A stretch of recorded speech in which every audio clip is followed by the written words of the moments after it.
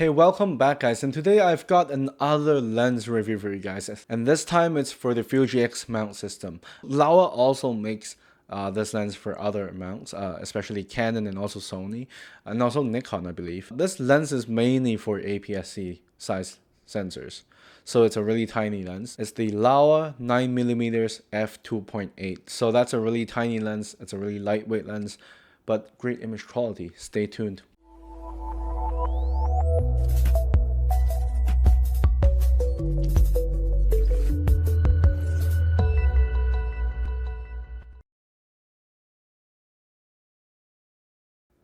Now, before I head on to the positives about this lens, let me start off with some negatives. So there are actually quite a bit of negatives about this lens, which is why I plan to sell this lens.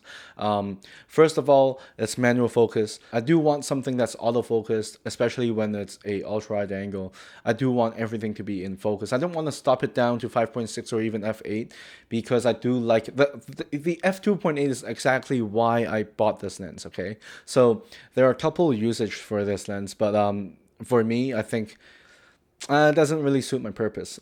Secondly, I think that there are still a little bit of color fringing and also not as crisp area on the corners, which is basically the same kind of distortions we would get from ultra-wide angles, any sort of ultra-wide angles. And the second negative is that there is a little bit of that kind of distortion and also not as crisp area on the side. I think it's a really common problem for ultra-wide angles, but then the thing is I do want something with perfect image quality throughout the lens, especially when it's weather sealed and also has better colors and also autofocus. These are all the things that I'm looking for. Okay, so if you guys can live with all these negatives about this lens, I do think it's a really good alternative, especially given the price. It's only at about $499 US.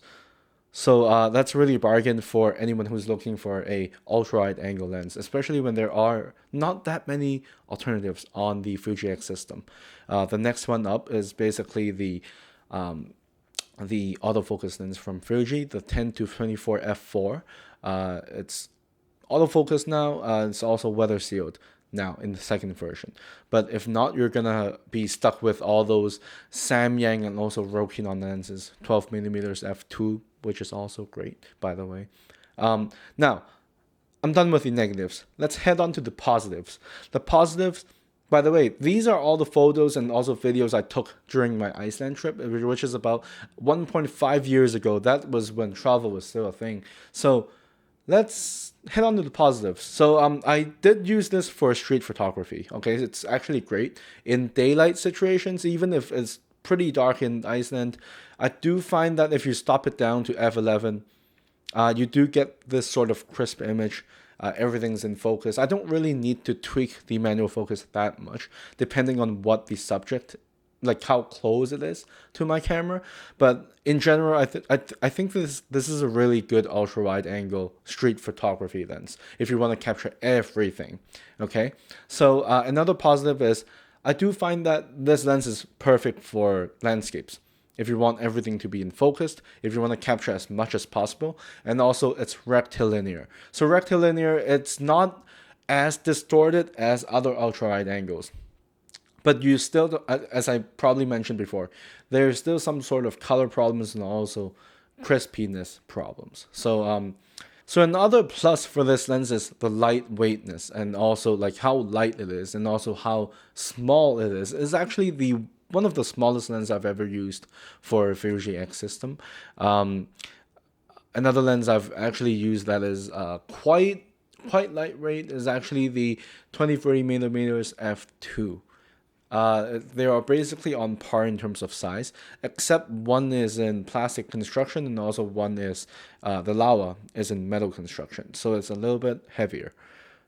That being said, the build quality is awesome, and the manual focus ring, it's also awesome. I feel like if they can add a little bit more of a travel distance for focusing, it does give me that kind of precision for manual focus, which is really, really important. Now, image quality, it's really crisp. unless you open it up to f2.8, which is also one downside. If you open it up to f2.8, it's not great for astrophotography. You do want to stop this down to f4. Just because you want all the stars to be in focus, just so that it minimizes the chances of being not focused on anything. So these are basically all the pluses about this lens. Other than that, I think if you guys can live with all these negatives on this lens, by all means go with the Laowa 9mm. I do think it's a great lens for beginners. I think it's a great lens for people who only take photos. But for me, if I'm taking videos, if I'm taking some sort of vlogging videos, I do want something that is wide and also has autofocus, so that I don't need to worry about me being in focus or not. It depends on your purpose, really. So that's really it for this video. And if you guys like the video, please give me a subscribe and also like my video, and also comment down below on what lenses do you guys want to see in the next review, and also what other cameras do you guys want to see? Do you guys want to see the X-T4? Do you guys want to see the X Pro 3 or the XS10, or even the new XH2 that's coming out in 2021? Hopefully, I'm getting that if it really comes out, by the way. So yeah, do hit the bell icon so you don't miss out on any of my videos, and I'll try to upload more of these lens reviews for you guys. If you guys are using Fuji, do subscribe to my channel, and I'll see you guys next time.